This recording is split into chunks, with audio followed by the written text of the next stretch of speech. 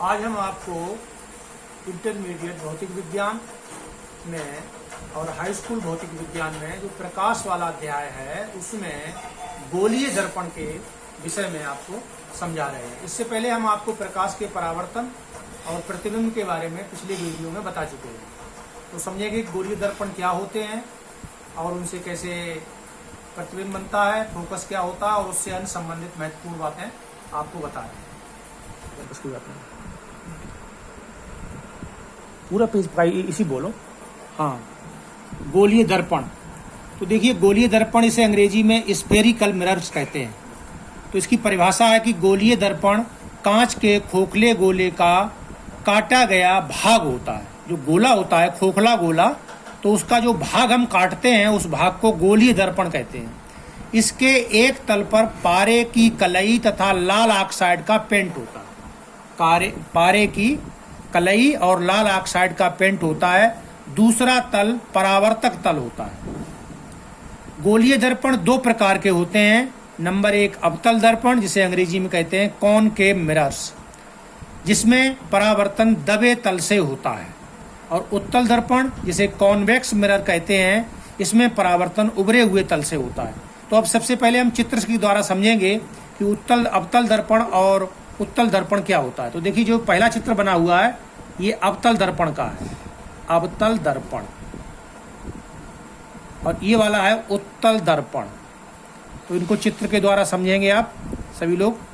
तो यहाँ पर ये अवतल दर्पण है। अवतल दर्पण में क्या है कि बाहरी भाग, जो उभरा हुआ भाग है, इस पर कलई की गई है, कलई किया गया तल, और ये जो दबा हुआ तल है इससे परावर्तन होगा, इससे किरणें गिरेंगी और परावर्तित होंगी।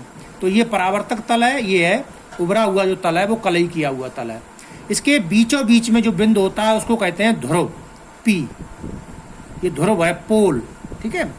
और ये है, ये जो गोला है जिससे ये काटा गया है, उस गोले का जो केंद्र है इसको कहते हैं दर्पण का वक्रता केंद्र, वक्रता केंद्र। और वक्रता केंद्र से लेके ध्रुव तक की दूरी को वक्रता त्रिज्या, आर, ये है वक्रता त्रिज्या। और इसके बीचों बीच में एक पॉइंट होता है जिसे कहते हैं फोकस, एफ। और फोकस से लेके ध्रुव तक की दूरी को फोकस दूरी, एफ कहते हैं। और ये इसके वक्रता केंद्र और ध्रुव को जो मिलाने वाली रेखा है इसको कहते हैं मुख्य अक्ष, प्रिंसिपल एक्सिस। इसी तरह से यहाँ पर है, ये मुख्य अक्ष हो गई, ये ध्रुव हो गया, ये फोकस हो गया, ये वक्रता केंद्र हो गया, ये परावर्तक तल हो गया उभरा हुआ, ये दबा हुआ कलई वाला तल जो है ये दबा हुआ, ये उत्तल दर्पण है। तो इस तरह से ये अवतल दर्पण और उत्तल दर्पण दो गोलीय दर्पण हो गए। इनको चित्र के द्वारा आपको समझना है। अब इसके बाद इसमें जो महत्वपूर्ण बात है वो है मुख्य फोकस। ये वाला जो पॉइंट है ये मुख्य फोकस कहलाता है, प्रिंसिपल फोकस। दर्पण की मुख्य अक्ष के समांतर आने वाली प्रकाश की किरणें, ये जो किरणें आ रही हैं, ये प्रकाश की किरणें हैं, ये मुख्य अक्ष के समांतर आ रही है। ये मुख्य अक्ष है, मुख्य अक्ष, ये इसमें मुख्य अक्ष है ये, तो इसमें भी मुख्य अक्ष के समांतर आ रही किरणें। तो मुख्य अक्ष के समांतर आने वाली प्रकाश की किरणें दर्पण से परावर्तन के पश्चात मुख्य अक्ष के जिस बिंदु पर या तो वास्तव में मिलती हैं या मिलती हुई प्रतीत होती हैं। वास्तव में कहाँ पे मिलती हैं? अवतल दर्पण में। मिलती हुई प्रतीत कहाँ पे होती हैं? उत्तल दर्पण में। तो उस बिंदु को दर्पण का मुख्य फोकस कहते हैं। चित्र में बिंदु एफ दर्पण का मुख्य फोकस है। तो ये चित्र के द्वारा समझाया गया है इस तरीके से। इसमें जो किरणें बनेंगी, जो किरणें डाली जाएंगी मुख्य से समांतर, वो परावर्तित होकर फैलेंगी। ये जो दर्पण है ये किरणों को फैलाता है, इसलिए इसको कहते हैं अपसारी दर्पण। और ये इकट्ठा करता है किरणों को, इसलिए कहते हैं इसको अभिसारी दर्पण। तो इस तरीके से ये फैलाएगा और ये किरणें पीछे हटाने पर एक बिंदु से आती हुई प्रतीत होंगी, इसे कहेंगे फोकस। ये आभासी फोकस है, ये वास्तविक फोकस है।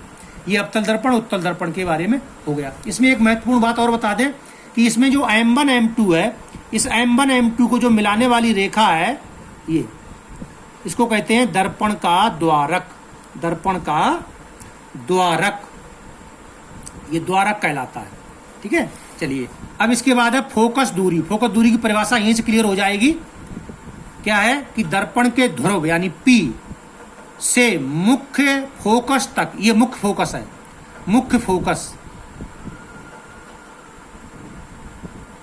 मुख्य फोकस तक की दूरी को दर्पण की फोकस दूरी कहते हैं चित्र में PF दर्पण की फोकस दूरी है, तो ये दर्पण की फोकस दूरी हो गई।